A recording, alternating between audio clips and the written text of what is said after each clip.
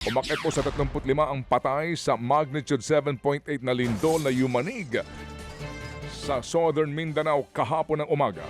Karamihan po sa mga namatay ay mula po sa Sarangani Province at General Santos City na pinakanapuruhan po ng pagyanig. At ayon po sa PHIVOLCS, natukoy ang epicenter ng lindol 32 kilometro sa timog kanlurang bahagi ng Maasim, Sarangani Province. Itinuturong dahilan nito ang paggalaw po ng Cotabato Trench na aktibo pa mula noong Enero. Nasa higit na 200 aftershocks na po ang naitala ng PHIVOLCS kung saan umabot po sa magnitude 6.7 ang pinakamalakas na naitala sa may Balaod Island, Sarangani. Ang report po ng ating OCD sa naturang rehiyon ay higit na po 500 ang mga aftershocks na kanilang naramdaman doon. Itinaas na rin po ang tsunami warning sa ilang po mga bahagi ng bansa, maging sa Indonesia, sa Palau, Taiwan at Papua New Guinea. Samantala sa iba pang balita, tila inabsuelto ng 18 nagpakilalang bagman si Senator Loren Legarda na sinabi nila noon na tumanggap din ng mali-maletang pera. Una nang nanindigan dito sa ating programa si dating Congressman Mike Defensor na hindi na magbabago pa ng salaysay ang mga bagman daw ni Zaldico na naghatid nga daw mismo ng mga maleta kay Legarda. Matatandaan kasama mismo ang pangalan ni Loren Legarda sa naunang affidavit ng mga bagman pero hindi binanggit o nabanggit ang pangalan niya. Sa pagdinig na isinagawa po ng mga kaalyado niya sa Cayetano Block noong nakaraang linggo. Sa paglitaw naman nila sa Senado kahapon, binawi na ng kampo ng mga bagman ang pagkakadawit ng senadora. I already rectified it. No? Pagdating namin doon, unang sasakyan, yung sasakyan ni Saldico. So ang maalala namin, sir, with due respect, pasensya na, sabi, wala kaming nakitang maleta na nakapasok doon sa gate. As I said, we are man enough to admit a mistake and brave enough to rectify it. Yan nga po mga kapatid ang tinig ni Attorney Levy Baligod, ang abogado ng mga tinaguriang bagman. Samantala po naman, kamot-ulo ang mga senador sa hindi pagdalo ng 18 bagman sa hearing po ng Blue Ribbon Committee kahapon. Actually, hindi na tinatawag itong hearing kung hindi po consultative meeting. Nagtungo sa Senado ang mga bagman kasama si Attorney Levy Baligod. Pero imbis na dumalo sa naturang pagpupulong, dumiritso ang mga ito sa tanggapan ni Senador Robin Padilla para po mag-press con.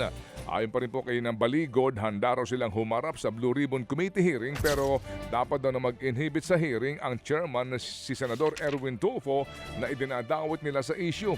Handa naman daw po mag-inhibit si Tulfo sa mga susunod pong pagdinig pero tingin niya gimmick lamang ito nila Baligod. Nagtataka ho naman si Acting Senate President Sherwin Gatchalian kung bakit hindi na lamang nagtungo sa naturang pagpupulong ang mga bagman at isiwalat ang kanilang nalalaman. Tinawag niyang drama ang pagpapapresko ni na Baligod imbis na dumalo na lamang sa naturang pagdinig.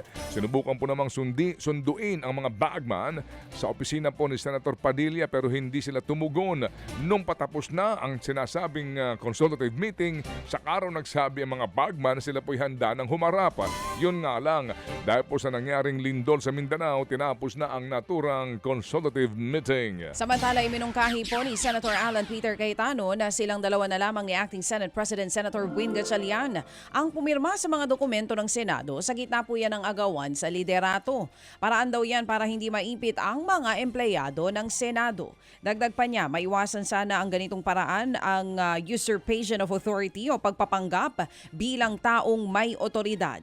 Tinabla naman po ng Malacanang ang mungkahi na iyan ni Cayetano. Ang gitnang palasyo, pa-victim daw si Cayetano.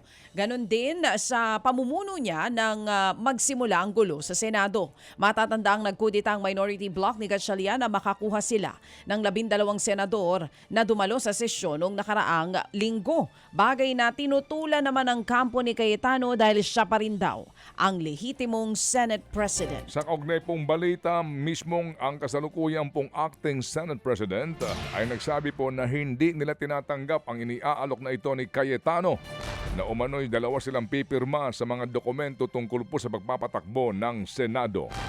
Samot-sari ho namang problema ang bumungad kahapon sa pagbubukas po ng klase. Kabilang dito ang malaking kakulangan pa rin sa mga classrooms kaya shifting na naman pong pang-umaga at panghapon ang ginagawa ng ilang pong mga paaralan. May mga paaralan din sa Bulacan na lubog pa rin sa baha at hindi na po humuhupa ang tubig.